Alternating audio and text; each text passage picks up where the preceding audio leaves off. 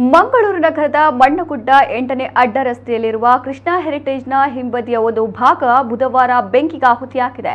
ಬೆಳಗ್ಗೆ ಎಸಿ ಸ್ಫೋಟಗೊಂಡ ಪರಿಣಾಮ ಬೆಂಕಿ ಹೊತ್ತಿಕೊಂಡು ಹೆಂಚಿನ ಮಾಡಿಗೆ ಪಸರಿಸಿದೆ ಎನ್ನಲಾಗಿದೆ. ಮಾಹಿತಿ ತಿಳಿದೊಡನೆ ಕದ್ರಿ ಅಗ್ನಿಶಾಮಕ ಠಾಣೆಯ ಸಿಬ್ಬಂದಿ ವರ್ಗ ಕಾರ್ಯಾಚರಣೆ ನಡೆಸಿದೆ. ಕದ್ರಿ ಠಾಣೆಯ ವಾಹನದಲ್ಲಿ ನೀರು ಖಾಲಿಯಾದ ಕಾರಣ ಪಾಂಡೇಶ್ವರ ಠಾಣೆಯ ಇನ್ನೊಂದು ವಾಹನ ಸ್ಥಳಕ್ಕೆ ತೆರಳಿ ಮಧ್ಯಾಹ್ನ 2ರ ತನಕ ಕಾರ್ಯಾಚರಣೆ ನಡೆಸಿದೆ. ಕೃಷ್ಣ ಹೆರಿಟೇಜ್ ಕಾರ್ಯಕ್ರಮಗಳನ್ನು ಆಯೋಜಿಸುವವರಿಗೆ ಬಾಡಿಗೆಗೆ ನೀಡಲಾಗ್ತಾ ಇತ್ತು. ಬೆಂಕಿ ಅವಘಡ ಸಂಭವಿಸಿದಾಗ ತುರ್ತು ಕಾರ್ಯಾಚರಣೆಗೆ ಯಾವುದೇ ಸುರಕ್ಷತಾ ಕ್ರಮವನ್ನು ಅಳವಡಿಸಿರಲಿಲ್ಲ.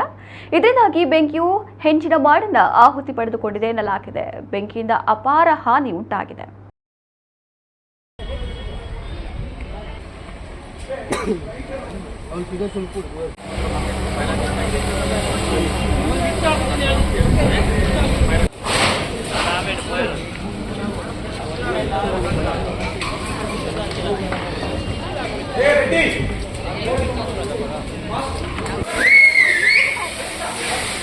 Cara!